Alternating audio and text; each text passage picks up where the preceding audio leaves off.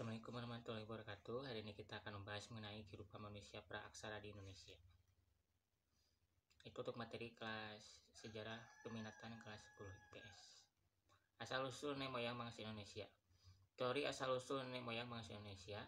Pertama, teori Yunan. Teori Yunan menyatakan bahwa asal-usul nenek moyang bangsa Indonesia berasal dari Yunan, Tiongkok. Ada sejumlah ahli yang mendukung teori ini. Para ahli tersebut ialah R.H. Gelders, J.H. Kren, J.R. Forster, dan J.R. Logan. Secara garis besar, teori ini memiliki beberapa dasar utama. Pertama, teori tersebut didukung oleh penemuan kapak tua di wilayah Nusantara yang memiliki kesamaan dengan kapak tua yang terdapat di wilayah Asia Tengah. Hal tersebut menunjukkan ada proses imigrasi manusia dari wilayah Asia Tengah menuju ke Kepulauan Nusantara. Selain itu, dasar kedua yang mendasari pendapat bahwa manusia Indonesia berasal dari Yunan ialah ditemukan adanya kesamaan bahasa yang berkembang di Kepulauan Nusantara dengan bahasa yang ada di Kamboja, yaitu bahasa Melayu Polinesia. Hal tersebut menandakan bahwa penduduk yang berada di Kamboja berasal dari Yunan. Dengan cara menyusuri Sungai Mekong, arus perpindahan tersebut selanjutnya diteruskan ketika sebagian dari mereka melanjutkan perpindahan dan sampai ke wilayah Nusantara. Adanya kesamaan bahasa Melayu dengan bahasa Cham di Kamboja menunjukkan bahwa adanya hubungan dengan dataran Yunan.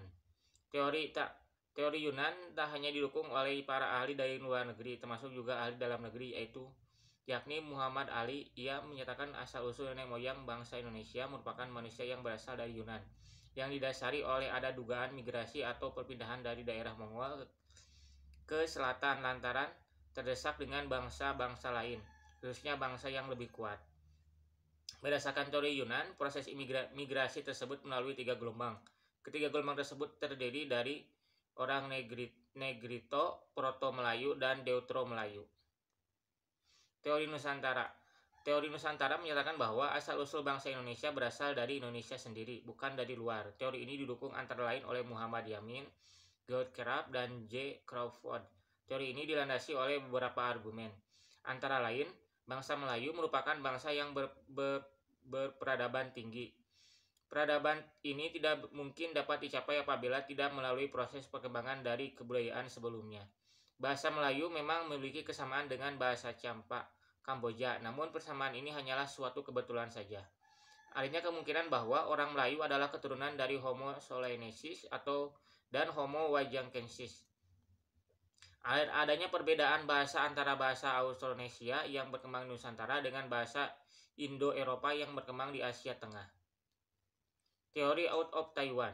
Teori ini berpendapat bahwa bangsa yang ada di Nusantara ini berasal dari Taiwan, bukan daratan Cina.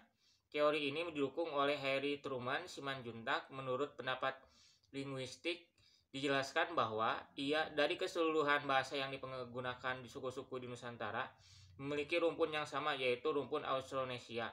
Akar dari keseluruhan cabang bahasa yang digunakan leluhur yang menetap di Nusantara berasal dari rumpun Austronesia di Formosa atau dikenal dengan rumpun Taiwan. Selain itu, menurut riset genetika yang dilakukan pada ribuan kromosom, tidak menemukan kecocokan pola genetika dengan wilayah Cina. Nomor 4, teori Out of Africa. Teori ini menyatakan bahwa manusia modern yang hidup sekarang berasal dari Afrika. Dasar dari teori ini adalah berdasarkan ilmu genetika melalui penelitian DNA, mitokondria, gen perempuan dan gen laki-laki. Menurut ahli dari Amerika Serikat, Max Ickman, manusia modern yang ada sekarang ini berasal dari Afrika antara kurun waktu 100 sampai 200 ribu tahun lalu. Dari Afrika mereka menyebar ke luar Afrika. Dari hasil penelitian Ickman, tidak ada bukti yang menunjukkan bahwa gen manusia modern bercampur dengan gen spesies manusia purba. B. Proses imigrasi ras Proto-Melayu, Deutero-Melayu, dan Melanosoid ke Indonesia. Sejarawan asal Belanda yang bernama